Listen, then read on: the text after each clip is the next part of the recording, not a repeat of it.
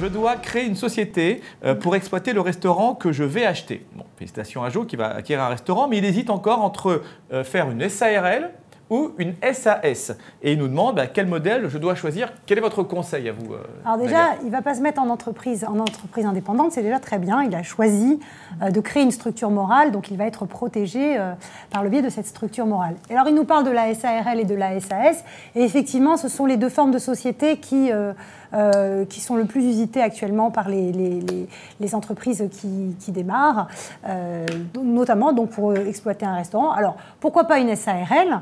Alors, une SARL, c'est un système de fonctionnement qui est très encadré par la loi. Société par action. On ne peut pas faire ce qu'on veut. SARL, société à responsabilité limitée. Voilà, on rappelle ce que c'est. Qui est très encadré par la loi. Il peut y avoir un seul associé, dont on appelle ça l'EURL, ou plusieurs associés, dont la responsabilité va être limitée au montant des apports qui auront été faits. On peut avoir des apports en numéraire, en industrie, des apports en nature, comme par exemple amener un fonds de commerce.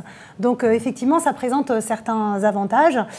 La responsabilité des associés, comme son nom l'indique, est limitée. Ouais, c'est dans l'intitulé de la société, voilà. C'est vraiment le principe, c'est qu'on limite la responsabilité. Oui, mais ça ne veut pas dire qu'on peut faire n'importe quoi. Parce que s'il y a une faute de gestion de la part du dirigeant, il faut faire attention parce que du coup, effectivement, on peut aller au-delà et la responsabilité du dirigeant peut être engagée sur son patrimoine personnel. Donc il faut quand même... Tout, hein, avec une SARL, voilà, même avec une SARL, et pour la SAS, on évoquera très rapidement après, c'est un petit peu le même principe. Alors l'avantage, effectivement, c'est cette responsabilité.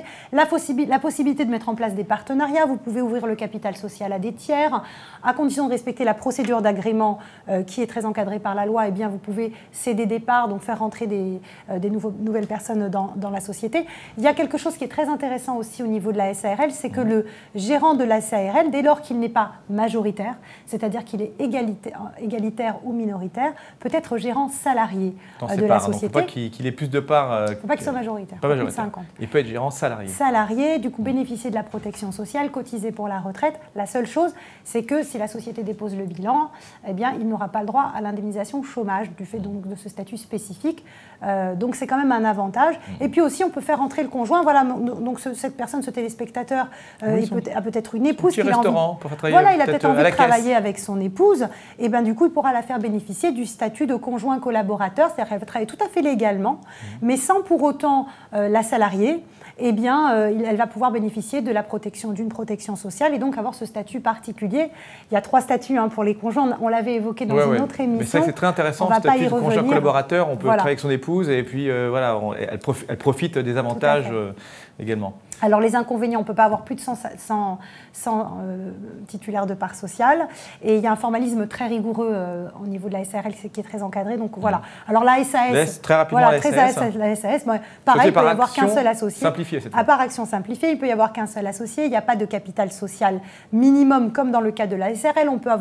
On a une responsabilité limitée à hauteur des apports. On peut faire effectivement aussi des apports en industrie, mais là, le capital social doit être intégralement souscrit à la création et il peut être libéré intégralement, uniquement, doit être libéré, mais uniquement de la moitié pour les actions qui correspondent à des apports en numéraire, avec obligation de libérer le surplus dans un délai de 5 ans. Donc ça veut dire qu'il faut être sûr d'avoir l'argent au départ lorsque vous voulez investir. Et alors que la co-gérance est possible dans la SARL, là, dans la SAS, nous avons un seul président de la SAS. Donc voilà, ça aussi, un président, ce n'est pas un gérant pour la SAS. Voilà. Donc là, il y a une grande liberté dans la rédaction des statuts. Le statut social du dirigeant est celui d'un salarié. Et donc les inconvénients, c'est qu'effectivement, comme on a une grande liberté, on n'est pas encadré dans le cadre de la SARL, donc il ne faut pas faire de bêtises au moment de la rédaction des statuts. Pas de bêtises. Il y a un autre inconvénient aussi, c'est que dans certaines conditions, il faut nommer un commissaire aux comptes et tout ça coûte très cher. Donc voilà, alors on ne va pas plutôt dire il faut prendre plutôt une SARL, faire une SARL ou une SAS. C'est vraiment au cas par cas en fonction du projet professionnel que cette personne entend développer. D'accord. Merci beaucoup. Donc, président pour SAS, un gérant pour SARL. On a expliqué également les différences. Merci beaucoup, Dalia. En tout cas, bonne chance pour le restaurant. Puis invitez-nous. On vous dira si c'est bon, c'est déjà principal. À vos côtés.